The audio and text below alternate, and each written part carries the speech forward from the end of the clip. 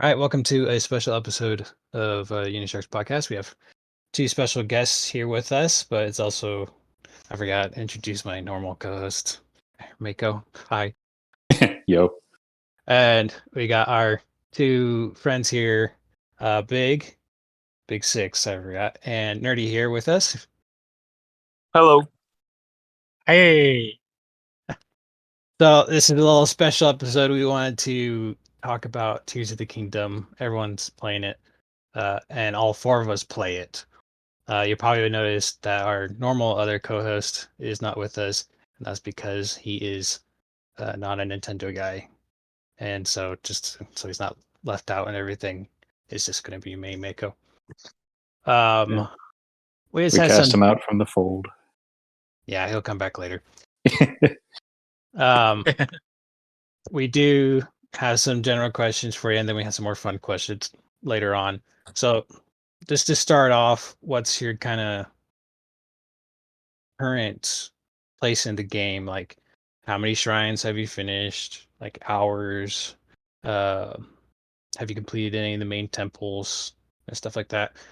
We'll try not to do too much spoiling for any of those that haven't, but we'll probably have to have some with our conversations. So we're okay. So where I'm at currently, I've done 3 out of the 4 temples. I'm on my last one. After that, I'll try to find the memories and then finish the game. So I have most of the powers. I just have one more to do. Nice. Okay. I've only done one of the temples, and I think maybe 40 or so shrines. So general game progress isn't, too far as far as the story goes. Hours, I want to say less than 20, more than 10, but I don't know the exact. It's a little more casual. Yeah, a little more casual. I'm taking it at my own pace. Cool. I want mine to be a little bit more story focused before I start like looking for stuff, you know? Okay, gotcha. The first thing I was excited to do was go back to some of my favorite locations from the first game. So I definitely went off the beaten path. Same. Like I do admit I took some detours. I think the first place that I decided to go back to was the Great Plateau. Oh yeah. Yes. Oh. I actually didn't go there until I unlocked like all the towers. I totally forgot. Wow. Oh yeah, tower progress. Where are we at in tower progress? I've only gotten like 3 or 4. I have them all. Sick.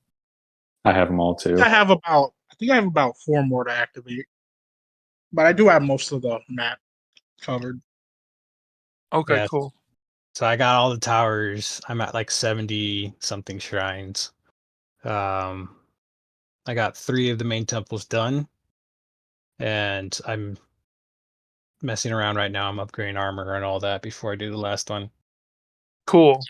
Underground, probably only like a third or half the map is lit up. Oh god, I have barely. Oh yeah, we should talk about the depths. Yeah, I don't even have like a fourth of it covered. No, yeah. I'm staying away from the depths until I have more hearts because the whole gloom mechanic is pretty intimidating. There's some things about it. But how about you, Mako? For me, probably about 40 shrines. I have all the towers. I got all the memories yesterday, and you get a huge reward for getting all of them. So I was super stoked about that. I won't say what it is, but man, I'm so happy I did them. Okay, good to know. And then I only have 1 temple done. I'm in the middle of the fire temple right now, about halfway through that. Ooh. So, and then probably, I think I mentioned 40 shrines, and then Koroks seeds, I think about 30. And then only 1 Great Fairy done. I did get all of the Sky Islands, or Skylands as Hammer and I like to call them. Because they're just so convenient, just wherever you need to go, just pop up to an island on top and dive down, and you're good. You're halfway there. Yeah. And underground, it's hard to define because I've been so sporadic about it. I did the initial missions, and then when I was on my way to Hateno, I saw a big hole in the ground, and they were saying, "Oh yeah, you need to chase after, for one of the missions, you do need to go down there." So went down there, and so my underground map is like just a patchwork of dark and light spots here and there. Definitely. Yeah, and I totally forgot about talk about underground. But oh man, I hate the Koroks this time around. There's some really easy ones, but they feel easier, but they're like, oh, the way. Well, I heard. I don't know if this is. Can I do a Korok related spoiler? Sure. I don't really care. I don't know if this is really a spoiler, but I heard it just like saying how many there are of a certain type of Korok quest.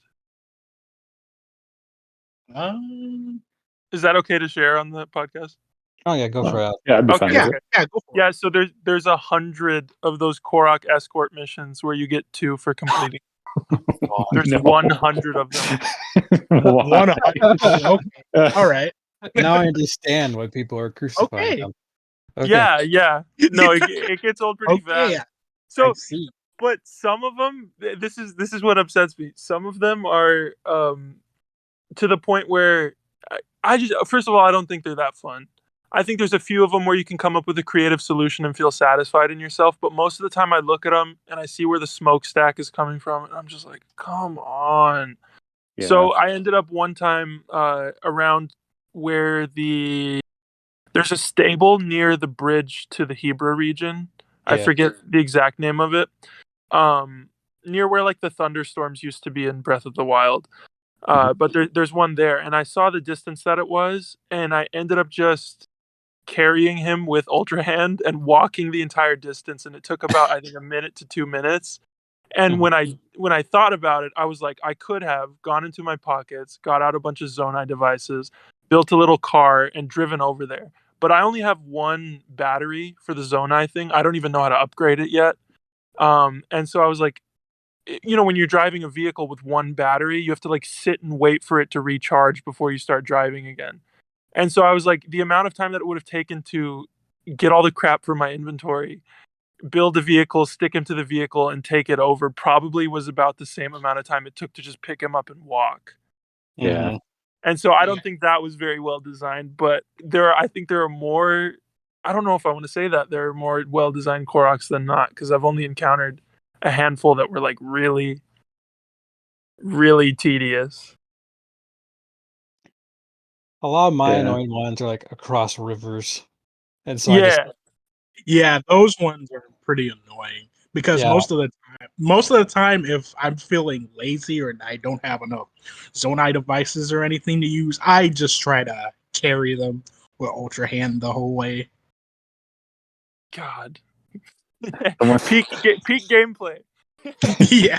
The ones that I really hate are when he's like, "Oh, my friend's over there," and the camera like pans over to show this 100-foot tall sheer vertical cliff with a little puff of smoke coming out the top. I'm like, you little mother, what the crap? No. Those are the worst. Those are the worst. I have yet to encounter any of those. I am not looking forward to that. Because like clearly what they want you to do is get like a hot air balloon type contraption, and then that's not gameplay. You're sitting waiting on a platform for it to reach the desired height. I think for some of them, like even rockets don't give you enough altitude to reach them. But again, that could be an issue of me only having 1 battery. I don't know yet, but I tried to use a rocket on one of them. It wouldn't activate. I'm like shooting it from the top of the cliff. I'm like, what the heck? So I drop down 10 feet away. I shoot it, and he goes flying up into the air faster than I can see. Obnoxious. I'm like, what the crap? There's like a range limit on the activation. Wow. And then I tried to use rewind. Rewind, he just zipped back by. Like, this isn't working. God. Eventually, I like made a giant stake. Well, I shouldn't say stake. That sounds violent. I made like a giant pillar out of some nearby, those construction materials you find everywhere. Sure. I just stuck him to the top and planted him on the ground, and then climbed and then grabbed him. I love Like, I love the little Koroks with backpacks because they're kind of cute, oversized backpack. But Yeah.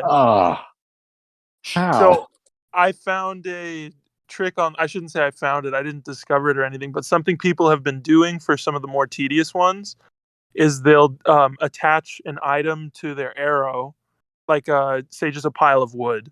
They'll attach that to their arrow, shoot it to the destination, or at least in the direction of the destination. And then what is it? What do they do? No. So they'll stand at the destination, shoot the arrow with the attached material towards the Korok that you have to carry.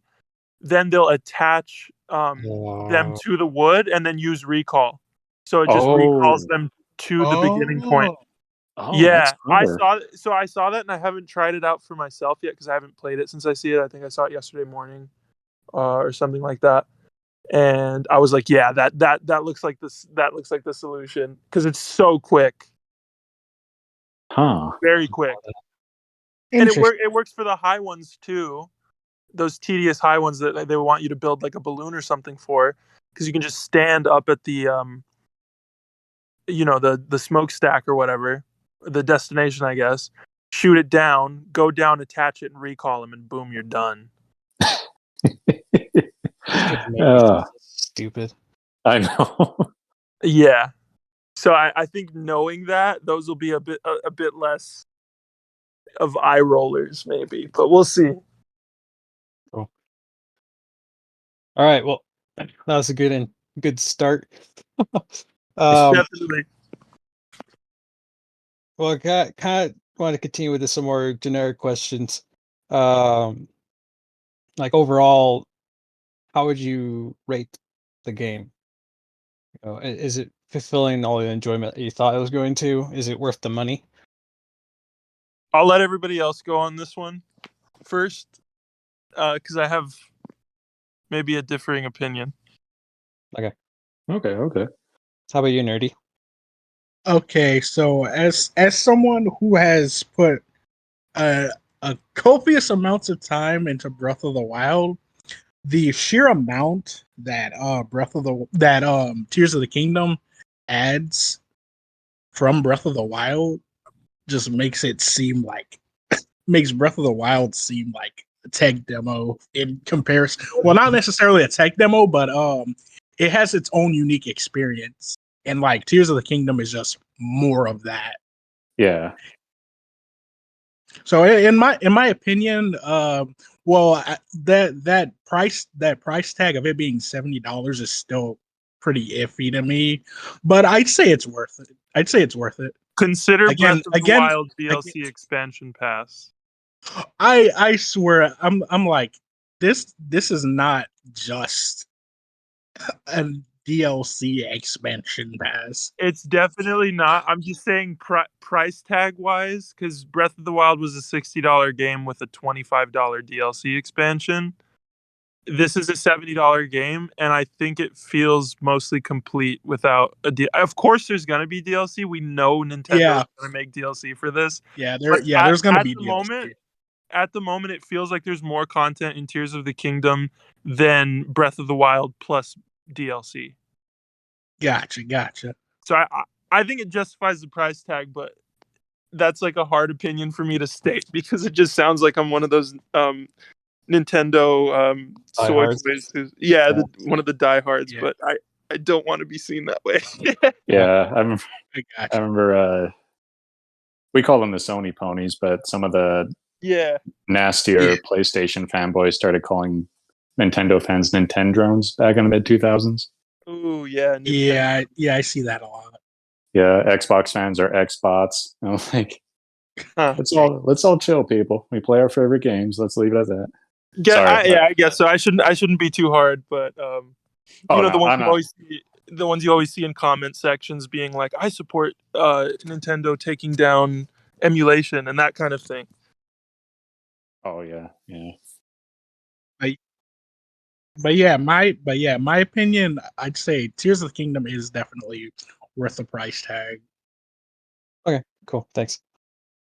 Yeah, I was pretty lucky. So the day that it got announced, I pre-ordered it, And on the official Nintendo store, they didn't change the price from 60 to 70. And Whoa. So I got What? I got it for $60. What? I told you this already, Mako, like 3 times. You did? But then they updated it later on. And I was so lucky. I was laughing so hard. But yeah, now I have the receipt and everything. Do you have digital or physical? Physical. Okay. Wow. Yeah. Oh, That's especially cool. Yeah. yeah, that's crazy. But I got mine from Amazon. I got a digital, but I could have got it from the voucher. The voucher is pretty good. which one's the voucher? You know, Oh yeah. so yeah, so like you can get two for $100. You have 2 vouchers you can get on 2 digital games, and you could pre-order Tears of the Kingdom with it. Really? Yeah, Okay. but you have to have Switch Online. So. Yeah. Oh yeah, of course. Cool. Mako, did you say anything? I haven't yet. I was gonna say, yeah, when you guys were talking about the price tag, I'd agree. I'd say it's worth the $70. I know that's, like you were saying, a sensitive point. I mean, we're kind of at that crossroads where they raise game prices in general again. I mean, I remember buying Lego Star Wars for $30 back in 2005 or Wow. 2002 or whenever. But I would say it's worth it because it launched without any issues, which we've been seeing happen over and over again all year. You know, Jedi Survivor, Redfall, the Last of Us PC port, all had disastrous launches. We will get to glitches. We will. Yeah. Get to Yeah, We'll get to that in a moment. I absolutely must. Looking forward to that one. Yeah, Yes. relatively pretty solid though. Yes. Yeah. And yeah, like you were saying, tons of content. I mean, I don't want to say the underworld, but the underground. Underground is like a whole nother map, roughly the same size as the overworld, and then the Sky Islands. You know, plenty of them have lots of stuff to find. And then on top of that, just the fact. And the cave systems on the overworld themselves. yeah. Yeah, the cave systems are amazing. Not to mention, yeah. So it's like there's 4 layers of gameplay. Yeah, exactly. And they even make a point of that in the game. You know, they talk about how ever since the upheaval, there's more caves opened up, so there's more to find. Mm-hmm. So I found these sisters that are like, we're gonna find the mushroom haven. And we're journeying all around looking for that. I'm like, jeez. But the world definitely feels more populated this time. Yeah. A lot less empty space. Yeah, and you see like more travelers, more Gorons and Gerudo just wandering around. Right, yeah. So I think the Gerudo cracked me up because they're so thirsty. You know, you go up and talk to one, and one of them's like, "Are you hungry? Perhaps for me?" Like, what in the And she goes, I'm going to talk to every Gerudo I see now. And she's like, "I'm just kidding." And I'm thinking, were you though? So yeah, just a sheer amount of content. And then as I played through it, I found Hammer suddenly sent me pictures showing that he found the Tunic of Time. I was like dumbfounded. I was like, they included all the DLC from Breath of the Wild in this. And then I talked to Robbie, and he's like, yeah, here's Hero's Path, here's the Travel Medallion, here's Sensor Plus. I'm like, oh, what? Wow. That's crazy. So you don't need the amiibo for that? No, like the amiibos will give you like special weapons and skins still, and you can use them to find it a little more easily, you know, kind of gamble for the day. But yeah, you can find pretty much all the costumes just around the world. Yeah. So okay, was that's awesome. Was the Midna helmet in Breath of the Wild? I think yeah, I think it was. You could find it in a chest. Okay, Yeah. what did it do in Breath of the Wild? I think it just made you unfreezable. Yeah. Oh yeah, yeah. Okay, cool. Because I did find it in a depths. I forget where, but there's a chasm you go down, and there's an arena.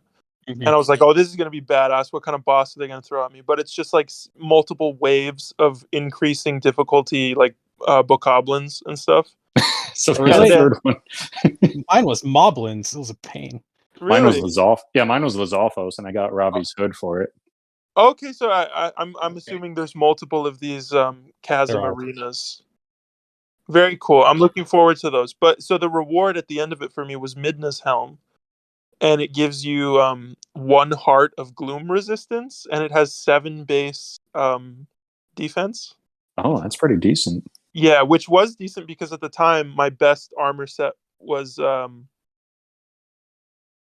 shoot, just whatever you get at base, so like 2 and 3 defense per item of clothing. Oh yeah. Mhm.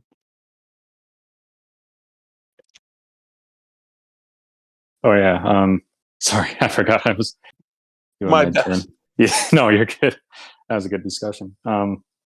Yeah, overall, I'd say it's worth it just for the sheer amount of content and just how fun it is, and the fact that it's had a good launch. There haven't been any like game-breaking bugs or people disappearing. The AI is way better than Redfalls, I gotta say.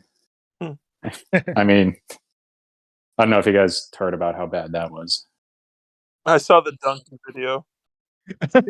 Yeah, I tried it out. I saw Charlie's vid, Morse Critical's vid on it. I'm like, wow. Yeah. It really turned out that bad, huh? Yeah. I mean, sorry, just go on a short tangent. I started it, got into a fight with cultists. One of them took cover behind a van and started sniping. So I was like, oh, well, maybe they fixed it with a day 1 patch. And then about 20 minutes later, I shot another cultist, and all of them started slowly charging me in the open across a bridge. I was like, oh, no, they didn't. So, but then, on Breath of the Wild, you see stuff like Bokoblin, or however you say it, starts charging you, and you pull out your bow, and he'll start, veering left and right to try and avoid it. And if you're high up on a platform, moblins will grab Bokoblins and throw them at you. And I'm like, geez, these guys are already better than the cultists. Mm-hmm. So yeah, AI is decent, nothing to complain about. The puzzles are every now and then I'll find a puzzle where I'm like, what the crap is this? And then suddenly I get the light bulb and I'm like, oh, this is genius. This is fun, actually. Definitely. Love when I have those moments. Yeah. Are you guys the type to struggle with a puzzle for like, I don't know, however long it takes to figure it out, or do you reach a point and say, screw that, I'm looking it up? Definitely the second one. I'll only do that if I'm like absolutely stumped. Uh-huh. Gotcha. Yeah, I'm about the same as Nerdy. Yeah, Fair for me, sorry. No, I was just, you're good. Yeah, for me, like, it depends on my mood. Sometimes I'll be like, screw this is stupid. And then I look it up and I'm like, oh, I'm the stupid. That's when I kind of go like, okay, well, that's why I've been better about this and about Breath of the Wild, because, I remember that and I think, okay, how about I calm down and just take a few minutes to think through it, and then usually it comes to me. Right. So that's been a lot more satisfying. Yeah. Yeah, that's me. I'm done. That's me. Okay, cool. I honestly, I haven't put it down recently. Today's the only day I haven't touched it yet. That sounded really weird, but Sorry. That was like a snort of surprise. but I'm doing like at least 10 hours a day on this game, and it also helps that I didn't pay the full price, but there's just so much to it that even going back to Breath of the Wild, there's still stuff that I haven't found out, even though I have like 160 hours on it. This is probably going to be the same, but even more. So definitely worth it. My only issue or concern is the pricing, like you guys are talking about, that becomes a norm. I understand it when it comes like AAA or even I don't know, I can't think of anything else, but something that warrants the price on occasion, but I don't want it to be all the time. Definitely. So, I want to backtrack a little with just normal Breath of the Wild. Would you guys say there's anything that you miss from the first Breath of the Wild that you kind of want in this game, in Tears of the Kingdom? I miss stasis. I'm Yeah. honestly gonna miss stasis. Really? That's interesting to me. Yeah, like there. But, Sorry, but beside, but not only that, but also bombs. I really miss Yeah. wind Oh, bombing. yeah. Not even gonna lie to Wind you. bombing. Yeah. Thank you. That was my answer. That's the one. So I think traversal in Tears of the Kingdom is worse than it's ever been in Breath of the Wild. And the reason I can't really levy this as a complaint against the game or its developers or its design is because wind bombing was never intended, but it's so much more fun and efficient to traverse Hyrule wind bombing in Breath of the Wild than by any means in Tears of the Kingdom discovered thus far. Okay. So if I miss Hey, one thing, I'd if I agree. miss one thing from Breath of the Wild, it's the bomb rune for sure. Oh, I agree. I very much agree. Yeah, and then like I kind of miss the videos of people using stasis on a boulder and then jumping on it at the last second. Oh Like, sure. that was a fun way to travel. And that was the precursor to wind bombing, I believe.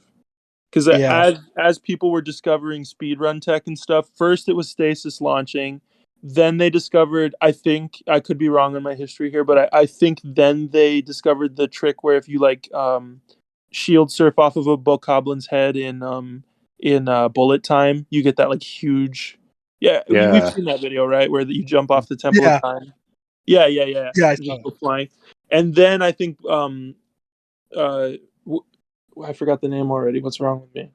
Wind Wind bombing. bombing. And then wind bombing was discovered, and for me that changed everything. Like because I played Breath of the Wild on Wii U when it came out because I didn't have a Switch in 2017. Oh. And I did a full playthrough of the game, probably several hundred hours long. And then last summer, actually, I got Breath of the Wild for Switch again. Ended up also buying the DLC again. So I've spent a lot of money. I've spent a lot of money on Zelda in the past 5+ years. But yeah, and then I gave it a whole new playthrough, knowing now like all the speedrun tech and stuff that's developed as the game has been out for as long as it has been. Obviously, I didn't learn the like super hardcore speedrun stuff, but just knowing Wind Bomb and knowing basic information about how to break the game and abuse its code gave the game new life for me, a breath of new life, if you will. Um, and so those kind of things excite me about these games, and that's why I'm really excited to talk about the glitches. The glitches, man! I'm really excited. Oh boy, the glitches. There's a reason why I invited at least one of you on this podcast. It's a very specific reason. But before that, I want to finish that topic. Mako, did you have anything else? Just the final thing I wanted to add is I am impressed with the performance, like the load times. Like Yeah, I was, those are going bad. I I was noticed. blown away. I actually noticed like how it can load. It loads seamlessly. Like you can jump from the sky, from the surface into the depths without any kind of loading screen or anything. It feels seamless, and that's really pretty impressive. Oh yeah, and like I wasn't expecting that because I was expecting they would have to upgrade, get some next gen tech in there to get load times and transitions that quick. But no, they just worked that well with the engine they use. Yup. Yeah, I mean, even in Breath of the Wild, just like wind bombing across a certain distance, sometime it's like the game goes, "Whoa, slow down! You're going faster than we expected," and you'll get several second long buffers while the world updates. And the fact that you can go from the Sky Islands to the depths with mostly no issue. I mean, people complain about frame rate. I don't think it's that important. I didn't know it was 30 frames until somebody told me it was 30 frames, but Oh, really? Yeah. I never But had an yeah, eye it's for that it's sort of thing. it's 30 frames. Like there's some it stutters sometimes. But it's not much of an issue. Like you can kinda tell, but it's only for like a second or two. Yeah. Yeah, So no. Uh, I just think the only major graphical complaint I have with the game is when you fuse weapons, they clip through the ground. oh, yeah. And Oh Oh, yeah, yeah. that's I a think little bit annoying. it's really doofy looking when you have like especially because it's so common.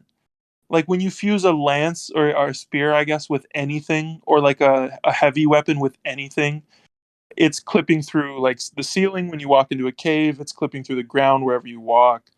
Um, Again, a minor complaint, but it was an intended and developed and play tested feature. So um, kind of worth bringing up, I guess. Yeah. Right. Yeah. My thing, other than what you guys already mentioned,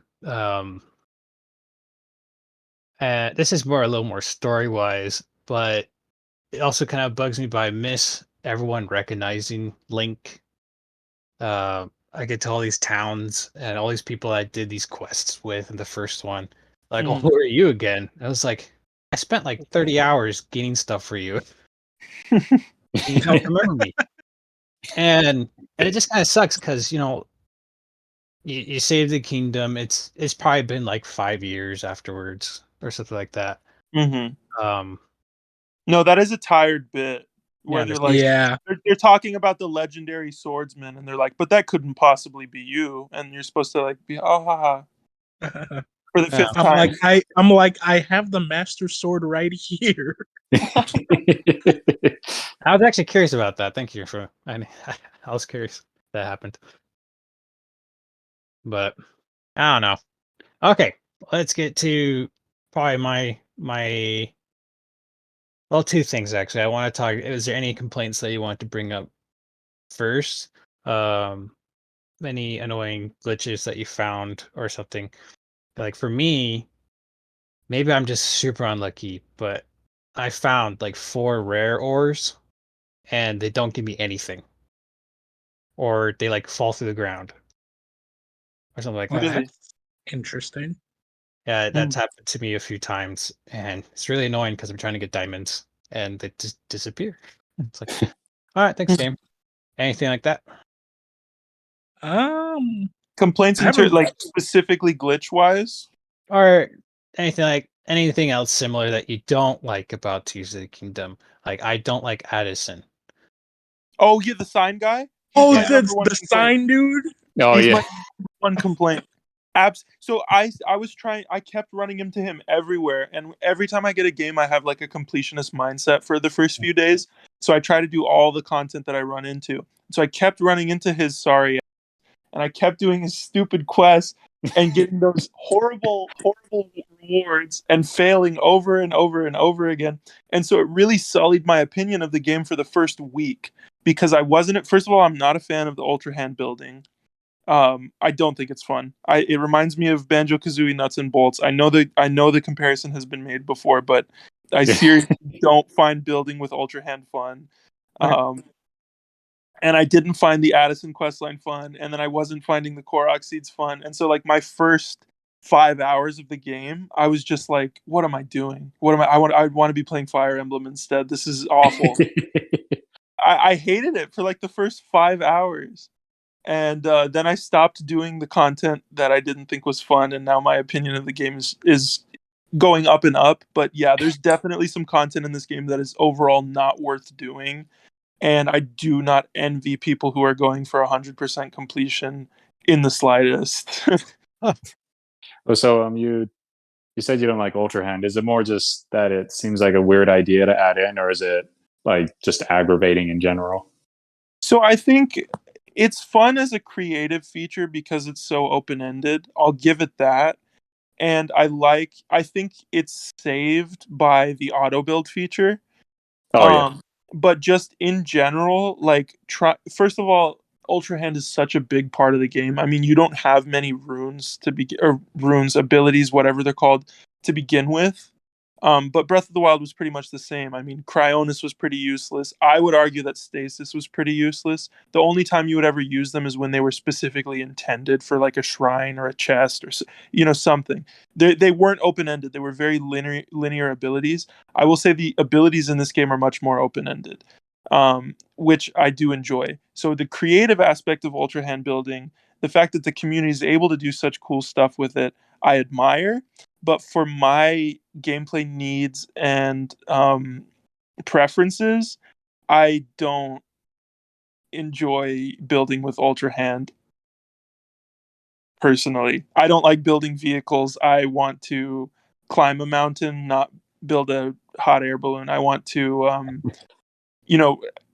but then again, it like circumvents a lot of the issues that Breath of the Wild has traversal wise, because going to a stable, talking to a guy, getting your horse out, it's such a clunky process, especially if you have to like warp to a state or warp to a shrine near a stable, walk to the stable. Like there's so many steps involved with traversal. But then Breath of the Wild had wind bombing, which alleviated all of that. But again, that wasn't an intended gameplay feature. So how do they patch the issues with traversal in Tears of the Kingdom? Is they give you an open-ended building system. Problem is, I just don't find it fun. So that's my hot take on Ultra Hand. Yeah. Well, I will say, as I played through the game, I think more and more that the vehicles, the Zonai ones, are more meant for the underground and maybe the Skylands than anything else. Because I remember watching another video. There's a YouTuber named Scott Falco that I watch. He made the point that a lot of the stuff on land, you're better off just using a horse for it. So I would agree. Yeah, and like Breath of the Wild, even it makes sense. Well, and like Breath of the Wild, even the issue you mentioned of not always having your horse close by, they fixed that with the DLC with that Sheikah bridle that could just teleport them to you wherever you were. The definitely there was that, and there was the Master Cycle. Yeah, and the Master So Cycle. I feel like cool. they released Breath of the Wild, realized that map traversal was very clunky and unrefined, and so they tried to patch it in any way they could by having your horse warp to you and having a motorcycle that you could spawn out of nowhere and refuel anywhere, anytime with anything in your inventory. I'm still seeing traversal issues in Tears of the Kingdom personally. Yeah. Well, what I was saying with the underground, the reason I think it was meant for that is because you find those little kind of caches of Zonai technology, just a bunch of building stuff. Definitely. And then on top of that, you can't bring your horse down there, and there's gloom everywhere. So that's why I was like, oh, this is what it's for. Mm-hmm. No, that's a fair point. Definitely. And how about you, Nerdy? You're saying something? Oh, I lost what I was gonna say. I said I'd agree with those points that it feels like the vehicles and building them is more meant for the underground, and using them on the once you have like, I guess, the right kind of build, it's just making them last that you have a problem with. Yeah. Say you build something like super cool, like say like you build let's say like a cart, like a cart or something, and like you want to use it and everything, you run out of battery, and say like, and if you like, since you built it with a auto build, you just felt like you wasted Zonite, Mm-hmm. Yeah. And on top of that, Hammer and I were talking about, you know how you get blueprints for different vehicle builds from the constructs in the Yiga underground? Yeah. Like we both found one for a motorcycle, and it's a cool design. But I was talking to Hammer, and he mentioned that he didn't like it because it can't go up hills. I was like, really? And then I looked at it. It specifically says it has trouble on hills and small bumps. Wow. What? Wow, that's crazy. You're building in restrictions. Yeah, and like I tried it out. I had a lot of fun on it, but I also was on a pretty flat area.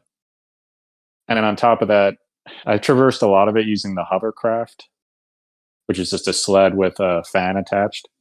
Mm. And the problem with that is it can only go over dirt and grass. As soon as I got onto like a little patch of rock, it just stopped. Yeah. So it's kind of like, well, crap, I just wasted Zonai building this thing and now I can't even use it here. And have you guys noticed horses? I don't know. I felt like horses in Breath of the Wild were able to go up like any mountains, kind of like a Skyrim. But That was this so much one, fun. it's like it's a foot drop, and the horse is like, I don't know what to do with this. It was like that in Breath of the Wild. Was it? Okay, it has been years.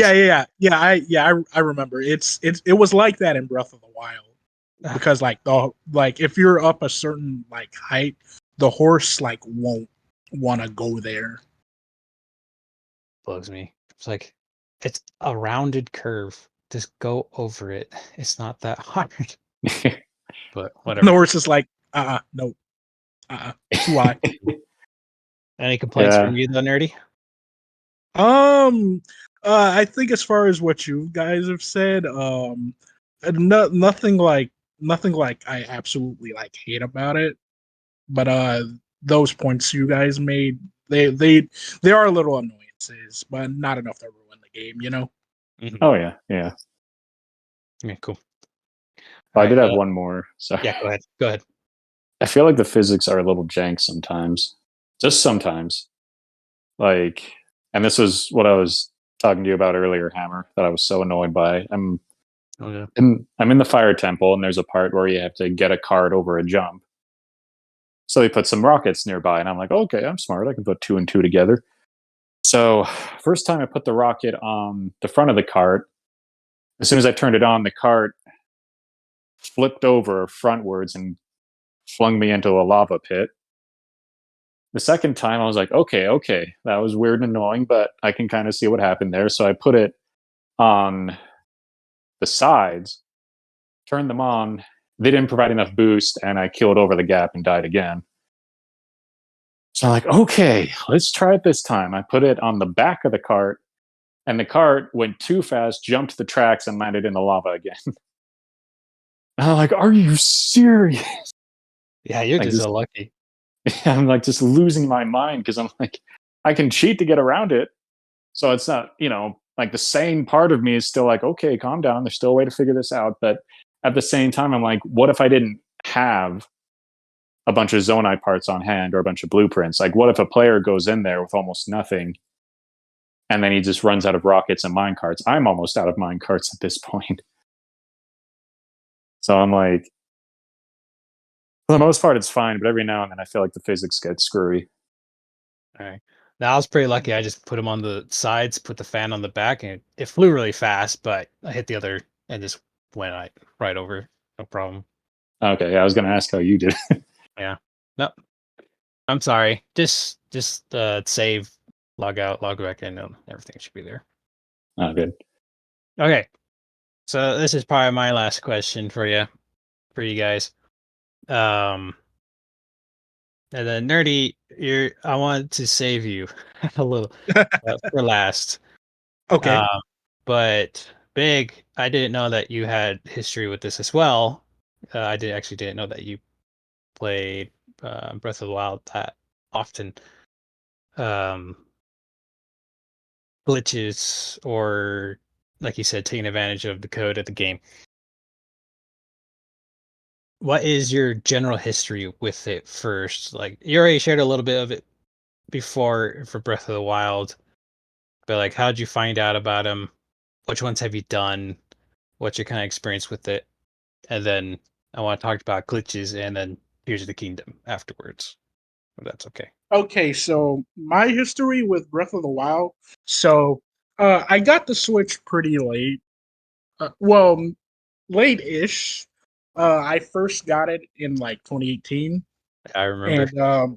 And one of the first games I had with it, I had Smash and Breath of the Wild, because of course it was one of those must-haves, And I got into it. Also keep in mind that the last Zelda game I played before Breath of the Wild was Skyward Sword, and I haven't played a lot of Zelda games. And so going into that, I wasn't sure what I was expecting. And when I started playing, I just fell in love with it. It was just I don't know how to explain, but like I really liked what I was doing. I really liked what was here, and I wanted to try to explore, do everything. And sorry. And Very good. later on, reading up, I also saw that it was, of course, on the Wii U as well. Since I think Breath of the Wild was the last game that was on the Wii, wasn't it? Hmm. Yeah. Before they discontinued that, and I was aware that it, it was on the Wii U and could also run on an emulator. And I had myself a I also had during that time I also recently got myself a gaming laptop, and that was one That's of the things that I wanted to try with that, just to see how well the laptop worked, and it worked really well. It ran a lot of the games that I wanted it to, and so I got Breath of the Wild. I saw that it had like modding support and everything, and I was really into the like modding games and everything, just playing around with mods and whatnot.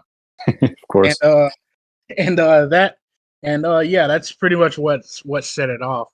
And like the different mods that I used with Breath of the Wild just helped me like learn the game and everything. And of course, seeing like speedrun strats and speedruns and everything, so I could incorporate some of those into my own casual. Definitely.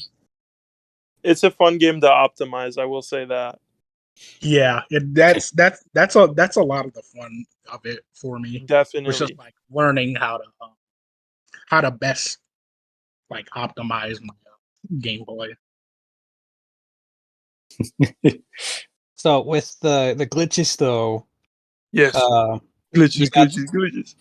you got first nerdy and then big if you want to share your Yeah. experience after. Um, how'd you learn them? For me, I tried some of the shield jumping. I remember when the people were doing the two carts together just to kind of fly in the air, and I just sucked at it. Mhm. But you used to share stuff on your story all the time, nerdy, of you doing all these things. Oh yeah, of me doing glitches and whatnot. Yeah, so what got you into that? So what got me into that? I just like seeing just wacky stuff happen. Really. Like but seeing those, I'm like, hey, I wonder if I can try that out. And then I try it out and it actually works. And I'm like, whoa, okay. I think I'm gonna start doing this now. you know? And seeing like people discovering this stuff. It's pretty cool.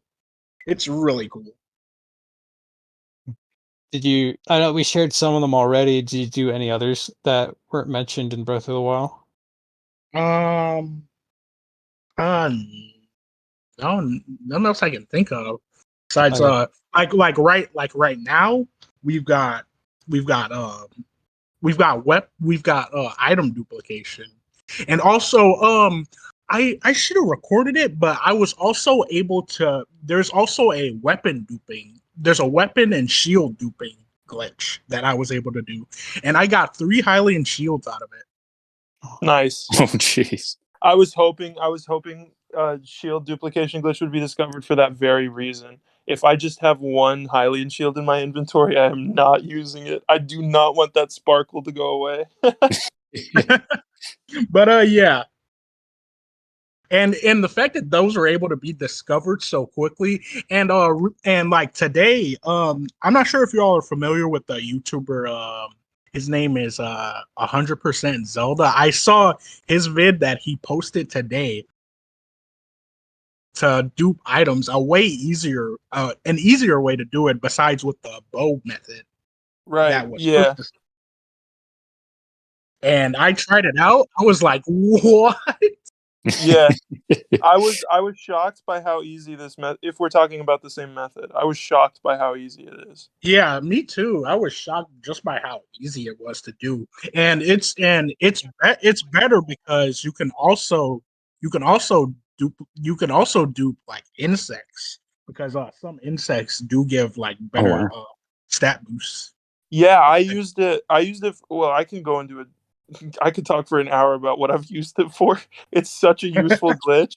But one thing I use it for in the way of like insects and animals is I duplicated sticky frogs because they're hard to find sometimes. And my favorite armor set is like the Sheikah armor set. And so I've got 3 of the Great Fairies so far, and I wanted to upgrade it to get the Night Speed Up set bonus. And so I needed sticky frogs for that. And yeah, so what I actually did was I did it on the water temple. I did the sticky frog duplicating on the water temple because you can cancel your shield jump because of the low gravity up there, and it makes it harder for the sticky frogs to run away in the low gravity. So it's so the low gravity like temple areas are, in my opinion, the ideal place to do them. Aside from if you're doing it like in a shop, so you can just duplicate and sell diamonds more easily, because obviously the more of something you accumulate, the more of it you have to take out of your inventory and dump on the ground before you start it over. So yeah, for like selling diamonds or rupee farming or whatever, if there's a shop involved, do it in a shop. But if you're just trying to get like 15 to 20 of a material, I would recommend doing it on in a low gravity setting for sure. Right. Now it's just a matter of will these get patched in a future update? Right. Buy gold. Buy gold, duplicate diamonds. Oh yes, please dupe your diamonds because I noticed. Well, I'm like, hey yo, like the first few hours I was playing, I'm like, I got the Highland set, no problem. Then I went to Kakariko and tried to get the Sheikah armor because I was like, hey, the Sheikah armor is kind of useful. I could use that. And then I went there. I saw the whole Sheikah set was 5K rupees a pop. I'm like, what? Yeah, I saw that. I'm as like, well. hey yo, inflation done hit Hyrule. What? Yeah, so I actually did that before the glitch was discovered. So I didn't grind out 15,000 rupees, but there's actually a quest line attached to it. I'm not sure if you knew. Yeah, the prices go down. No, I didn't. Yeah, if you talk to the shopkeeper, she says that sorry, we had to raise our prices because my grandmother is sick.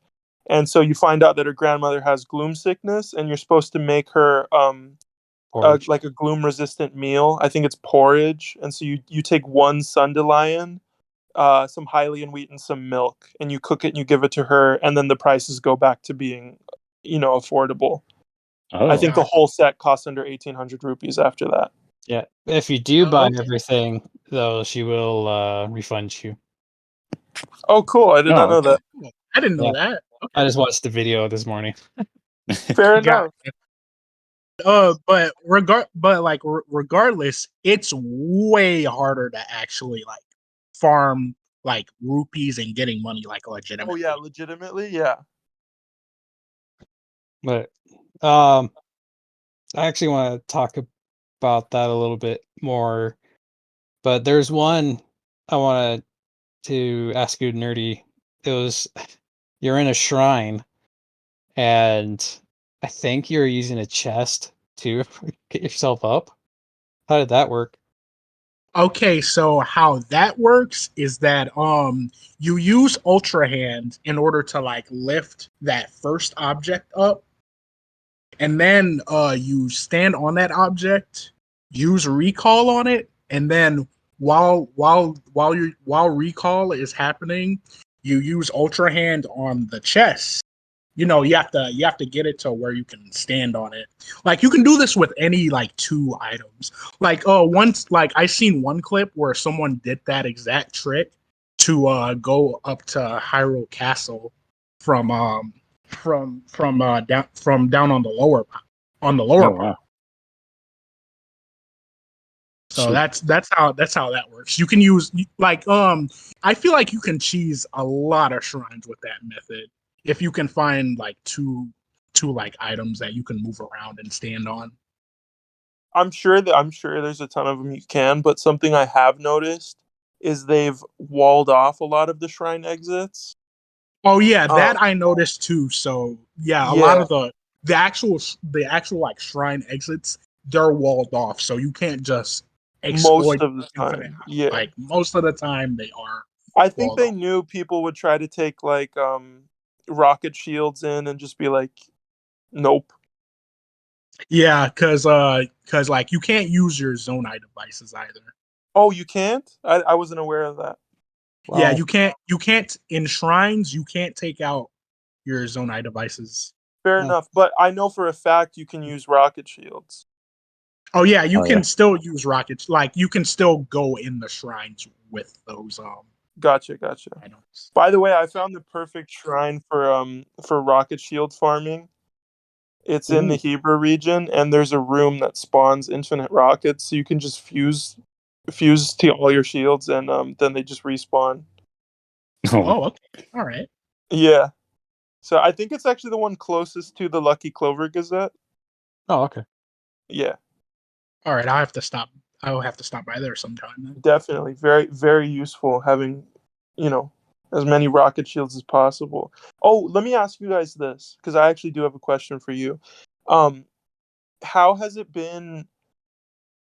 How do I phrase this? Okay, so Breath of the Wild felt like it had I don't want to say canon path, but it was weird because the order that I followed the story in was the same as everybody I talked to, and I want to know if that was, first of all, if it was the same with you, and second, what do you guys feel that the um, intended order is this time? Because for me, in Tears of the Kingdom, it feels like they're pushing you towards Hebra first. Hmm. Would Yeah. you guys agree? Oh, absolutely. Yeah, I Okay, feel oh like yeah. it I points wanted I towards wanted to there. make sure I wasn't alone in feeling that. But then in Breath of the Wild, I want to know what order you guys did the Divine Beasts in, because I did the Zora first, then the Gerudo, then oh shoot, what did I do last? And then I think I did Death Mountain last. So, So usually when I play Breath of the Wild, of course, I always go to the Zora, I go to Varuta, then Vamedo, then Really? like I always save Bonoboris for last yeah. Okay. because usually I struggle with fighting Thunderblight there. Thunderblight Ganon. Like Okay, right, Yeah. fair like enough. nowadays I can beat Thunderblight no problem. But Sure. my first time I played the game, like I usually try to save Bonoboris for last. Okay, But in fair my enough. order, I go to Varuta, Vamedo, Varudania, and then Vadnaboris. Okay, gotcha. Yeah, for me in Breath of the Wild, I did roughly the same order that you did, except I changed the last one I did. I think it's Vomito, the Rito one. Yeah. No, 'Cause- Meadow is or Ruto? Rito, what? I forget the race of the birds. I just call them the Vamedo birds. Vamedo is Rito. Yes. okay, it was Vomito. Varuta is Vomito. the Zora. I don't know why when I hear Rito, I think of Ruta. Isn't that the Uh-huh. princess from? And then I think of Zora. But that's the Anyway. birds, essentially, because I don't like Rivali. I think that's his name. The bird Yes. guy. I think he's a Yeah. pain in the rear, and he's annoying. Fair. Yeah. That's fair. I actually used to think that way too. Then I played Age of Calamity. Oh, he's Yeah, good in that's Age fair. of Calamity. Yeah. I still don't like his personality. That's fair. Age of But Calamity. do you guys know the one thing that I think is cool about Rivali is, do you know about the SOS Easter egg in the Divine Beast music themes? Yeah. Yeah. That is the single coolest Easter egg I've ever heard. And so No. there's like an SOS in Morse code that plays in each of the Divine Beast music. And wow. in Va Meadow specifically, you don't hear it until the final phase, which they say is to reflect Rivali's personality, that he didn't call for help until it was too late because of his pride. I just thought that was the coolest Easter egg, and that made me enjoy Rivali as a character. Just that Yeah, single I thought that detail. was really, really cool. So cool. That's like, oh my gosh. I just gush over little musical Easter eggs. Those always get to me. I didn't know that actually. But in Tears of the Kingdom, I talked to Pura, and she kind of tells you like a certain order of which regions to go to first, and that's what I'm kind of following. She Okay. says the Alright. birds first, then the Gorons, then the Zora, and then the Gerudo, and that's kind of the route I'm going right now. Okay, fair enough. But if I ever replayed, I would still always do the Wind Temple first because that power is just so nice to traverse. Oh yeah, Tulin's power is very, very useful.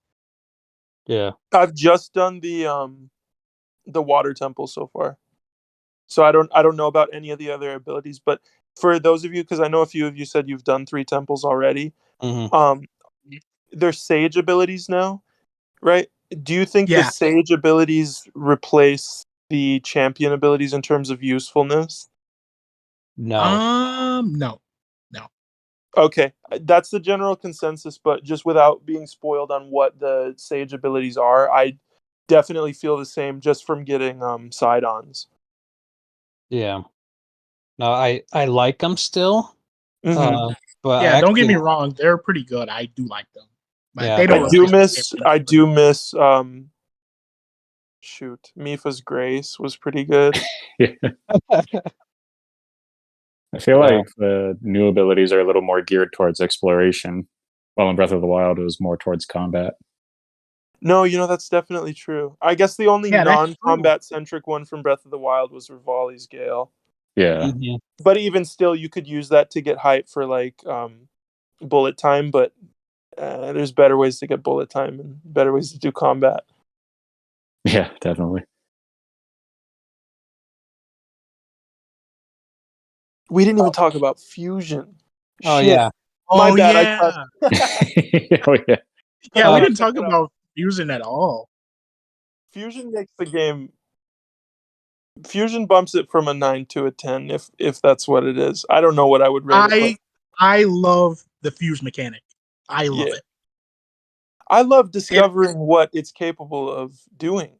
it. Like same like I just found out that if you fuse like a two-handed weapon, like say a spear or like a claymore, to a shield, when you target, you can actually like use that as a makeshift shield without actually pulling your other shield out. And I thought that was so cool.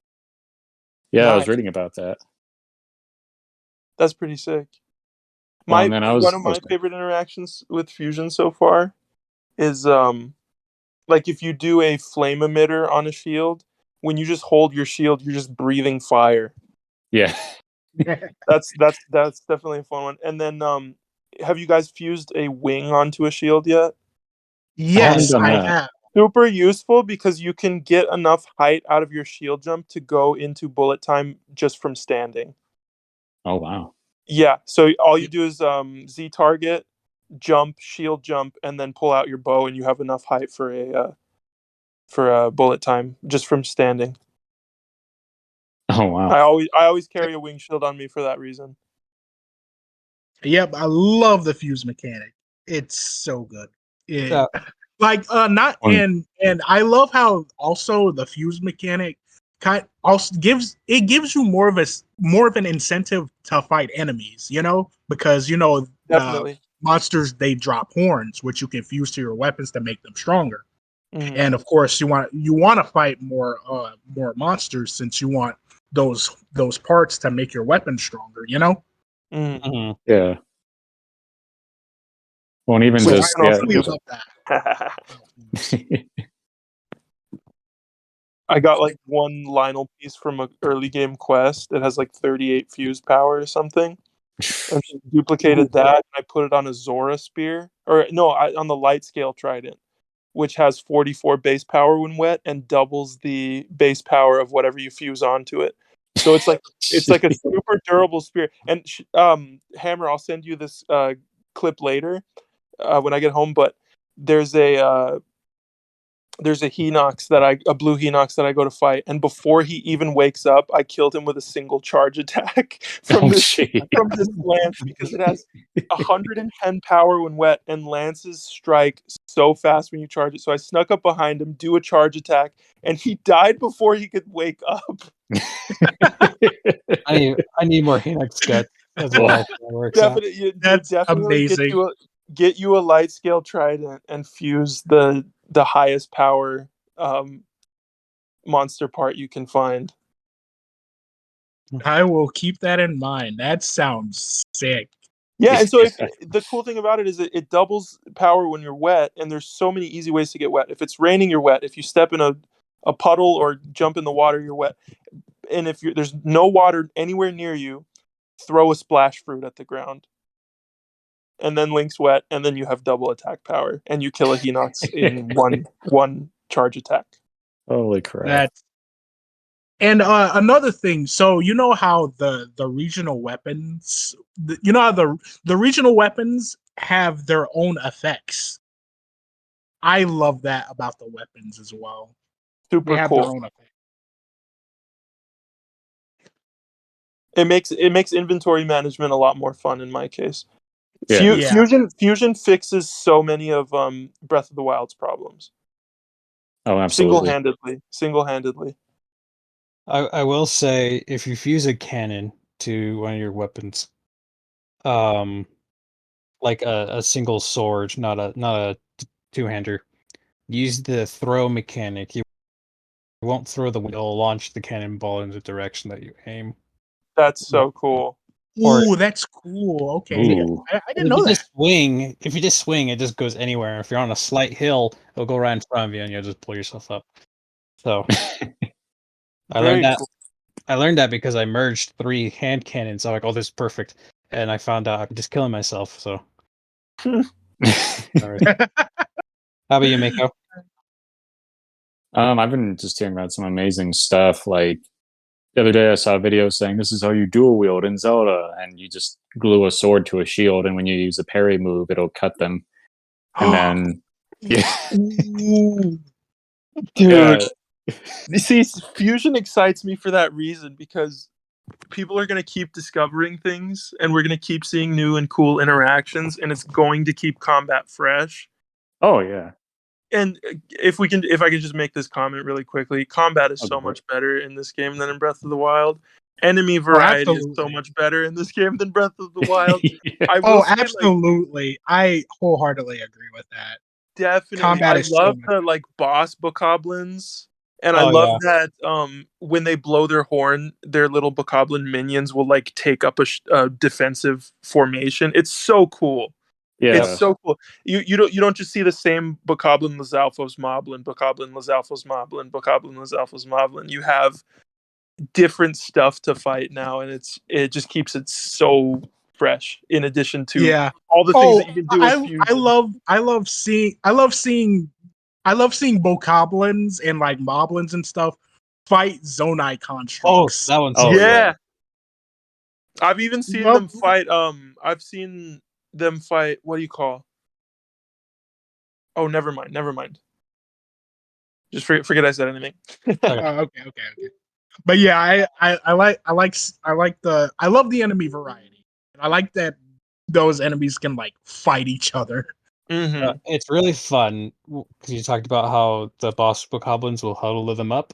if you use like the mushroom, it's not the puff shroom, it's the other shroom that you get from the it's doesn't Muddled. it have like a little confuse effect? Like it Yeah. makes them attack each other. Yeah, you're talking about the muddle bud. Yeah, the muddle one. And you just use it on the big boss. It just like starts whacking them from behind them. It's really funny. But I also recommend once you get the Goron power, you just launch them off edges all the time and into water. This makes things easier, even if they're like silver, just like an insta kill. Oh yeah. Ooh, okay. The whole thing there. Lionels are still a pain in the rear. Yeah. I have not fought. Oh, I fought two. Yeah, same. I have fought exactly two of them so far. And yeah, there's still a pain in the butt. Are they mostly the same? They're mostly. mostly the same. I think they Okay. just have like one new attack where they attack with their horns. But Okay. other than that, they're mostly the same. So the only new boss monster I've seen so far, I don't know if there are other boss monster types. I think there are. I would not be surprised if there were. But the only new boss monster I've seen is the Gleeok. Okay. Like Oh the yeah, three-headed dragon. I tried to fight the one by the Bridge of Hylia. Yeah, And yeah, that scared me. It scared the living crap out of me. I was But like, then I how do realized. you approach this? So How do you even get so in? I funny thing. I tried to like their obviously their eyes look like weak spots. So I tried every opportunity to try to shoot their eyes. And once you shoot them enough, they go down, and you try to hit their heads for like critical damage and everything. Yes. But then they start flying. They have a new phase, yeah. I fought the electric Gleeok in the I Akala didn't know that. Tower region. I just use bomb arrows on their heads. That's probably the best method. What really helps is like if I can't really aim at them, you can just fuse the eyeballs to the arrows so they home in on the Yeah. head. That's So been those helpful. help a lot. I love it. Those are helpful for the Arakudas as well. They're one Sometimes- shot. Luckily. Yeah, they're one shot. Luckily. Yeah. But yeah, use the definitely fuse your eyeballs to give your arrows homing properties. For It's sure. so useful. Yeah. But bosses though, I mean technically there's the boss bokoblins, and then there's 3 different tiers of the The Zonai. kingdom. Yes. Zonai have kind of world bosses as well. Like the I think The flux the flux constructs. I like those are kind of fun to fight. I like fighting the flux constructs. yeah, they're fun. Definitely. I learned that you can use Ultra Hand on the blocks that they're made of. Yep, just rip Yeah, them and apart. Yeah. you can just like if you ultra hand like the weak one, you just make it fall You apart. fling them. I think that's But if you like really pull on the weak point one, you got to like really work it out there, and then they just blow apart. Those are super fun fights. I was confused at first because the one that's on the starting area of the game, I think Flux Construct 1 it's probably called. Yeah. There's a phase where it just turns into this like floating set of blocks in the sky and you can't see the weak point. I was utterly baffled on how to do that. Or maybe that wasn't the first Flux Construct. No, it must have been Flux Construct 2. But yeah, I actually fought the Flux Construct 2 like not too long ago. I ended up figuring it out, but part of the fun of the game was being like, dude, how do I because at first what do I do? How do I tried do doing this? was fusing I fused an eyeball to an arrow and shot it straight up to see maybe it'll home onto the weak point, but it doesn't. And so then I'm like, okay, let's try this. And I tried using Ultra Hand on like those floating platforms to see how high I could get. And the guy shot his like blocks at me and knocked me off into the sky. And I was like, oh man. But funny thing, I actually used recall because that's what I did. it shot the blocks back out, and using recall had brought me back to its weak point, and then I struck it. Sweet. That's That's what I did. And, Yeah, that's how I beat the I was like, second one. that worked. That's really cool. that is really cool. My first intuition was to just use ascend on him. I'm like, maybe you can just ascend through the bottom of him, but he's too high for it. Oh yeah. And I'm wondering if it works if you have enough height. Yeah, it will. Yeah, it should work. See, that's cool. The fact that there's multiple approaches to a boss like that makes them a lot of fun. The rewards are kind of weak, though. The rewards are kind of weak. Yeah, the rewards really aren't too. Because first of all, to make use of the flux core that you get, you have to have like a Zonite sword to fuse it onto to even make it worth your time. And second of all, they usually have a chest or something, but none of them so far. I've fought like 3 of them, and I don't think the chests have had anything very useful in them. But the fights are fun, so it still makes it worth it. Really How about you, Mako? I fought a construct level 3 on one of the Sky Islands, and that was a trip. Like, just because you can't hit the weak point, every time you even look at it, he'll shift it around his body. Whoa. Ooh. Yeah, I'm like trying to grab it, he shifts it away. I try to shoot it, he shifts it away. And eventually I got annoyed and I was like, all right, I'm just going to pick you apart piece by piece until there's nothing left for you to switch away with. And that started working. It helped that I also had Tulin backing me up because, once I pulled out enough blocks that he couldn't switch it around as easily, Tulin would suddenly start, shooting him. Then he'd drop. Definition of brute forcing it. Yeah. Yeah. That cannot be intended. When you're fighting them and it's like in its mech form, just rip its legs off and it'll automatically fall apart. Oh, really? You can also take off its hands, and so when it whacks the ground, it does nothing. So it's pretty. Yeah, like fighting it over time, it's a much more clever fight than I gave it credit for when I first met one. Mm-hmm. For sure. But all right, before I continue on, Mako, you had a set of questions that you wanted to ask everyone. Yeah, you can go ahead with those. Is this the closing question? It has a couple of them still. Okay. Yeah. So the first one, this is less about the game directly and more about kind of its effect on the industry, I guess. Sure. But the first one was, I found out a few days ago that it was being review bombed shortly after launch. Really? So, and I didn't hear about that. Yeah, me neither. Yeah, I was surprised too. And I read the article. They said a lot of the negative reviews were just stuff like, I can't believe I have to pay $70 for a game that's just more of Breath of the Wild. Like, it is not different enough to justify $70. And I'm like, I don't feel like that's the real issue. Like, I mean, of course that is part of it. Yeah, that can be part of it, but I feel like it's more. Yeah, I feel like it's kind of. Oh, sorry. Go ahead. I don't know. No, you can continue. Oh, I was gonna say I feel like it's more kind of pettiness, and I'm not just trying. Well, when I say that, what I mean is sometimes you see something that's really popular, and it just kind of irks you for whatever reason. Like you don't feel like it deserves that amount of love. Yeah. And I feel like it's a lot of that. Like I'll admit, we've all encountered that. Yeah. Like I think Tears of the Kingdom is an excellent game, 10 out of 10. Definitely a contender for Game of the Year. But also because of all the also because of all the hype, it is being a little bit overrated. Yes. Yeah, I would agree. It's understandable. I would agree wholeheartedly. I'd agree. I definitely have my complaints with the game. I wouldn't call it a perfect game. It falls short in certain areas, but I mean, in the areas it does succeed, it succeeds with such flying colors that I'm able to overlook a lot of the negative parts of it and just enjoy my experience with it. As for implications on the industry, were you talking more on, or I guess I'll let you finish because you were still talking about the review bombs, yeah? Yeah, I just wanted to see more like what you guys thought, if you felt like there was some merit to that. So, but I guess we did kind of go over that just during our discussions.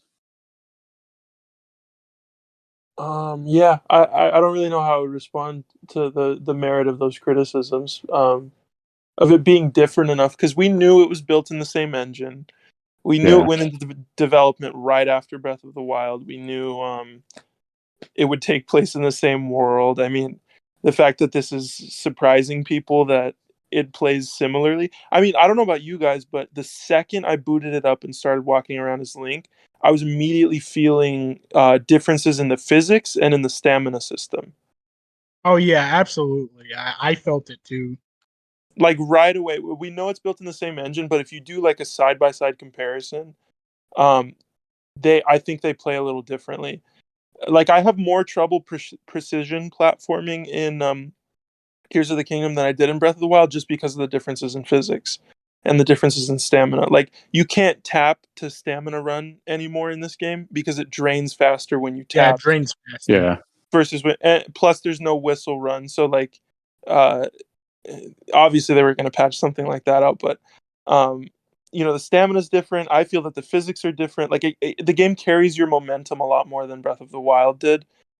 In Breath of the Wild, if you wanted your momentum carried, you kind of had to be in ragdoll or like in a shield surf fail state. It was really interesting how messing with the physics of Breath of the Wild, but in this one it feels a lot more easily exploitable. I haven't exploited it yet, but even something as menial as like walking through that cave in the first 5 minutes of the game with Zelda, I felt enough difference to be like, yes, this is a new game.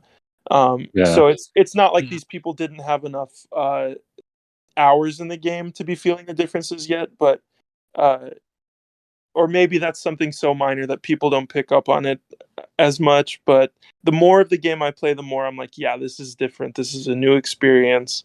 It's the same world, but everything has changed. Yeah. And fundamentally. Yeah, and like digging deeper into those criticisms, I kind of see where they're coming from, because one of the strengths of the franchise as a whole is that every single game is different.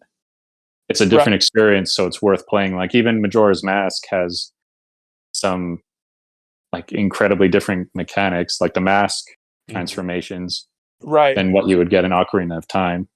Mm-hmm. So I'm guessing that's kind of what they're getting at. They're like, this game's getting overhyped and it's not innovating enough like Breath of the Wild did. It's kind of a carbon I did feel copy. that way during the first week, I will admit. I've come around. Yeah, well, like exactly. Like the more you play it, you start to realize, oh, no, actually it did add a lot of different stuff. And I love that, because it hasn't fallen into that kind of trap, whether it's just looking to make a sequel to Breath of the Wild. Like it's not just, oh, this is Breath of the Wild 2.0. This is a whole new game. Mm-hmm. So now if I want to go back and play Breath of the Wild, I feel comfortable doing it. I don't feel like I'm downgrading or anything. Exactly. That's the one piece of praise that people are giving Tears of the Kingdom that I don't agree with, is that it's the better Breath of the Wild.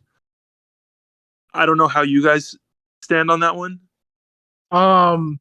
I would disagree that it's the better because Breath of the Wild gives its own unique experience, Right. Yeah, like even outside of the DLCs, like just the Sheikah Slate and its abilities give you some different options compared to the Pura Pad and the new ones. For sure. But I mean, it is hard to deny that like Ultra Hand just kind of does everything Magnesis did, but better. Yeah. True. Yeah, I can't deny that. I will ask you guys, what happened to all the technology that was just lying around? Right? What happened? I saw it. Like I haven't seen zero signs of any Guardians besides the little arms by whatsoever. There's like zero signs of any Guardians. Did we have a like Royal Hyrulean Guardian cleanup crew? It's like a conspiracy to say that Sheikah technology never existed. I mean, where did the towers go? Where did the decayed Guardians in Akala go? Nothing. They're nowhere to be seen. It's insane. I'm like that much time couldn't have passed for them to clean out absolutely everything. No, okay, I'm glad you brought that up because it was freaking me out too. Yeah. I would love to see Zonai fighting like a Guardian, That would be cool. Yeah, that would have been so cool. So the whole point of the Guardians in Breath of the Wild, though, is that they're controlled by the malice of Dark Beast Ganon. And in this one, we don't have Dark Beast Ganon. We have Ganondorf, and we have his Gloom. Yeah. So, Yeah. That's like a refined version of Malice, though. guess Yeah. so. So, I mean, I haven't seen, does Gloom control any like enemy units besides the one you catch in the depths? Like, there's no overworld Gloom controlled Zonai No, or something? Nah. I No. didn't figure there would be, but it was worth an ask. But yeah, dude, it's crazy. The Guardians are just gone. Yeah. Or even the Sheikah Slate, just, the Pura pad is, I guess, a replacement that Pura made. And it's like, well, why did she need to replace it? What happened to the Sheikah Slate? Right. Yeah. My only reference I've seen to any sort of ancient technology so far has been you can get an ancient blade, which has 50 fuse power but 1 use. Oh, yeah. Like if you fuse it, Okay. I was like, wow, 50 fuse power. I put it on the end of a weapon. I hit it once and it broke. before you duped it. Wow. Well, yeah, I duped it. I have Oh, several in my inventory now, but I just use them for arrows because what's the point of a single use weapon? Yeah. I mean, in Breath of the Wild, they were cool because it was like just a delete button. You hit a line with an ancient arrowhead and it's gone. Yeah, Oh, no, it's still the Yeah. same. I haven't used them on any boss monsters, but I've used them on like Horriblins. I don't know how you say it. The little Yeah. underground. Yeah. I've used it on them, and it's just a delete button. But the problem is you don't get any of the loot. Oh, Okay, really? so it still works the same as ancient arrows? Because I haven't I gotten guess that. so. I it's embarrassing to say as many hundreds of hours I had in Breath of the Wild, I barely used ancient arrows. I loved it so much. I do have kind of my own theory. Go It's on. just Let's hear it. so I've been reading Lord of the Rings lately. So I finally buckled down and decided to read through the trilogy. And they mentioned that after, Sauron gets destroyed, all the rings of power across the whole world just stop working, even the ones he didn't touch directly, because that's just how much of an effect the One Ring had. So kind of my theory is that because Ganon took over the Guardians and a lot of the ancient technology, when he died, it sent like such a shock through the system that they all just dissolved or disappeared or whatever. And that's why they had to start over with the Pura pad. That's just my theory. A game theory. True. Yeah, nah, who knows? I really hope they reference him a little bit. But all right. Did you have another question though, Miko? Yeah. Since of course we were just talking about how, each Zelda game is different, a lot of them have kind of been trendsetters. Like Ocarina of Time is the only game to this day that's gotten a 99 on Metacritic. And you look at best game of all time list, Ocarina of Time is usually number one because they say it laid the foundation for a lot of modern gaming. Like a lot of mechanics were pioneered in Ocarina of Time. Mm. And then after Breath of the Wild came out, I thought, okay, this is like a new direction for the Zelda franchise. And recently I was reading an article where this journalist was saying, no, it kind of changed gaming as a whole, again, just more subtly because, well, specifically open world, but because for a long time it's been kind of Assassin's Creed and Skyrim, where it's just this huge world, chock to the brim, or however you say it, with content, quests and locations and da da da da da. But Breath of the Wild took a very minimalist approach, where it was just kind of like, oh yeah, you can go out that way. There's something cool over the horizon if you want to check it out, but if not, whatever, And we kind of saw that again with Elden Ring, which is one of the reasons that was so highly praised. So do you guys think that Breath of the Wild, that Tears of the Kingdom will have an effect on the gaming industry going forward? It would be interesting to see if more open world games and even games of other genres started implementing features like Ultra Hand or Fusion. Because if the gaming industry as a whole takes anything from Tears of the Kingdom, it's going to be one of those two things. Yeah, And that will be the telltale sign.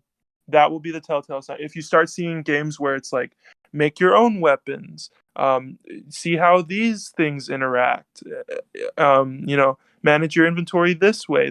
That will be the telling factor if it has had a effect, a ripple effect in that way. I agree. You don't Yeah. think the Koroks will? No, yeah, you're gonna start seeing like hundreds of escort missions for no reason. How about you, Nerdy? You're gonna see escort missions in games that have never had escort missions before. You just find hundreds of orphans across the countryside in the next Oh, Elder Scrolls game. I lost my mom. She's way over there. Do you see the smoke signal? Dude, the new Minecraft update is gonna have a mob that needs you to. I have to build find it a my car. mom. Returning tiny creepers to their parents and getting that Oh out. my god! They start hissing with joy. It's beautiful. Wow. How about you, Nerdy? Basically what you said. Yeah. Again, like the whole effect, the effect that Cures might have if it starts, if any future games start taking stuff like building stuff from that, like that's when we'll know. It's just a matter of time. Honestly, I don't. Compared to Breath of the Wild, I don't see it being the same. Yeah. As big. It won't be as big, but like you might you might it might be there. Mhm. I just don't see it happening as much. I don't think it's as guaranteed either. Yeah. Because like when Breath of the Wild came out, we knew that would have an effect. Tears of the Kingdom, it's like, are people gonna start putting stuff like this in their games? We don't know. At least from my point of view, I think it's not guaranteed. It's more of an if situation. Yeah. That's I agree. Cool. All right. Yeah, that's it for me. All right. Did you have any other questions that you two wanted to ask each other? Nerdy. Nothing I can think of. No. No, I think I'm good. I think we had a very thorough conversation, except for duplication glitch, which we didn't talk enough about. I was very excited. Oh yeah. Okay. We got to give time for that. Yeah. But no, I'm good. I'm good. I think that's a good place to wrap it up. Well, I actually have a few comments and a slight question for you. Oh yeah, absolutely. Okay. So I am kind of opposite of you two. I like playing games here. That sounds really weird. I know. But like duplication and other stuff like that, I tend to avoid until I finish the game because I feel like I don't get a good enough experience or story wise, or it will dampen the game for me. Make Yeah, it. I definitely see that. That's understandable. What about you guys? Do you tend to try to play the game as intended, quote unquote, as much as you can, or Usually, go in to look? That's what I usually. I'm the type of guy to give the avatar the default name whenever I play a game because I'm that much of a purist. You know what I mean? I won't even name my avatar. I'll Google the canon name if I have to. Yeah, that's kind of what I do. Yeah, but my caveat is when the game presents you with an exploit of any kind, or when it presents you with a problem and the easiest solution to it is a very accessible exploit, I will use that exploit because my time is valuable. And so if you tell me I need to go farm 30 ambers and I could go find a region where ambers are abundant, get a cobble crusher and smack up a bunch of ore deposits to find 30 ambers, or I could do a shield jump and have them duplicated in the next 2 minutes, I'm going to do the shield jump and duplicate them in the next 2 minutes. Yeah, that's fair. I'm a little more crazy. Yeah. I will find all the mining areas. I figured you could do that. Okay. And you can do that. Yeah. All right. Any last comments before we finish? I don't believe so. Nope. I think I'm good. Okay. Well, thank you for joining, you two. It's been fun. Yeah, Been this a was really fun. pleasure. Haven't actually heard you guys' voices before, roughly, so this is kind of a new experience. But thanks for coming on. We'll see who finishes the game first. Will not be me. Definitely not Nope. going to be me. All right. Well, I'm gonna Hammer's go. 100% it before any of us complete the main storyline.